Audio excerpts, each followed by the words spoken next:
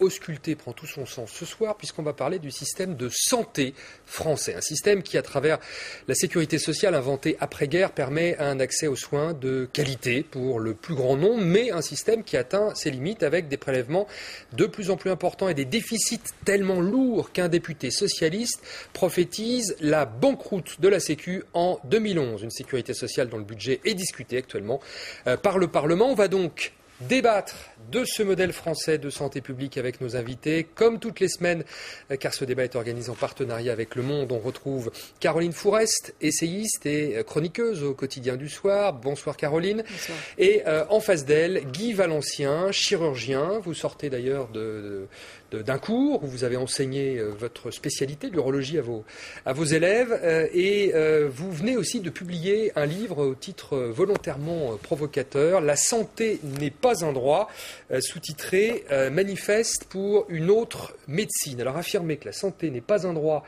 dans un pays où c'est quasiment écrit dans le préambule de la Constitution, c'est assez gonflé.